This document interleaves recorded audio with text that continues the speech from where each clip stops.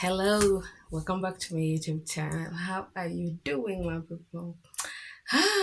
Okay, this is the last video for the month, the last story time video for the month. So please let me know how we've been doing. Okay.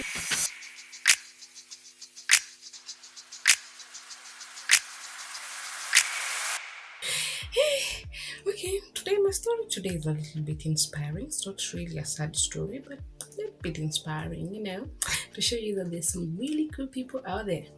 Okay, so let's get right into it. And please, if you're new here, that button, that red button, click on it right now, right now, right now, right now. Yes, there we go. Good stuff. So, the year was 2012, I think. Yeah, it was the year 2012. So the year 2012 was a very eventful year for me, by the way. It was also the same year that I was in the process of quitting medication. So yeah, it was pretty much eventful. So I met this guy on my way from school. We got talking and talking and talking. He was way, way older than I was because I was like, I think 22, if I'm not wrong. Yeah, I was 22. So we got to talk and we kind of had a thing. Sorta, kind of had a thing. So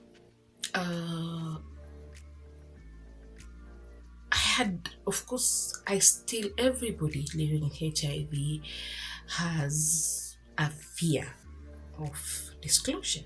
So because I was in between living in my own place and my mom's place, so I think by that time we had closed school. If I'm not wrong, I went back home. So we kept talking. Of course, he was like, oh, Mr. Attention, calling, texting, checking up on me and all that. But then up until this moment, I had not come out and told him that, hey, I'm living with HIV. I had not told him that. So this is a story about the very first person I disclosed my HIV status to, who was like a potential lead. So we kept talking, but then somehow, even when you're still at the talking stage, you kind of feel like it's a weight that holds you down, and you really want it off. You want, come on, it's not gonna happen.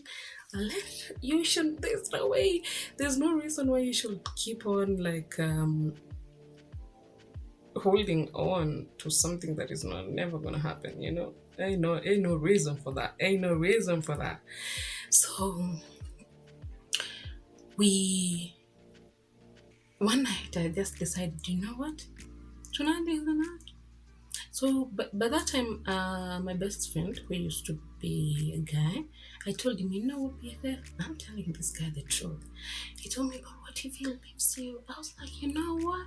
If he leaves me, then his loss. It's not mine. Of course, I had not. By that time, I was still struggling with denial. I defaulted from my ARVs. My viral load was at 70,000 copies. Trust me, everything was wrong in my life. So I was like, what more could go wrong? So I texted him. I sent it. In fact, I actually did my disclosure via text. I told him, hi. So there's something I kind of want to tell you. I am living with HIV. I was like, oh, okay, that is fine. I was like, no, I did not expect fine as an answer. But, so I told him, when you say fine, what does that mean? He told me, because I have been planning to take you out on our very first proper date. I don't think I will be taking you to a restaurant anymore. I was like, why? He told me, because now I feel like you deserve more than a restaurant. We need to come home, talk, because I share almost the same story with you, not very similar, but almost the same. So just in case we need to crying from home since school. He was cheesy, but I still liked it. I liked it, by the way. So we finally met. I went to his place, and he was a nice cook. awesome cook, great cook, one of the best cooks I've ever dated. The only reason why I used to like going to his place was because he would cook and his food was, yeah, it was very sweet.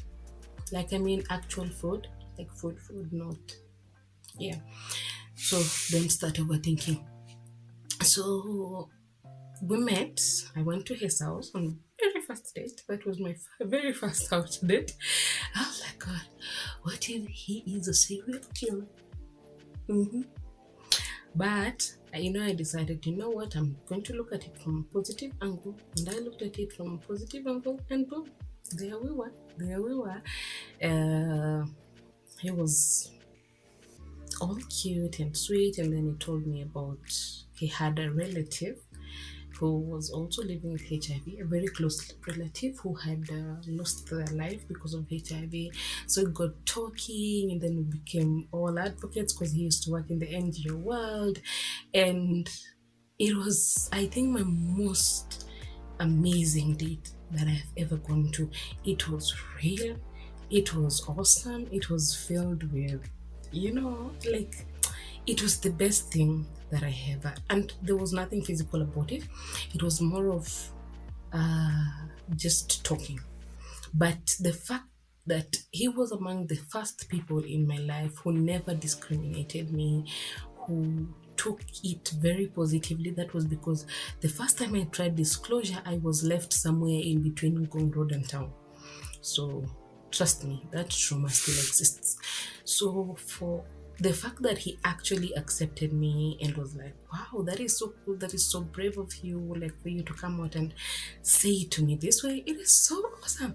And that is how our, I don't know, let me just call it a situationship started. And it was, I think, the best relationship I ever had, like the very best of them all. Because this is a person who always looked at me. We were not, I have never actually dated a HIV negative, positive guy, sorry.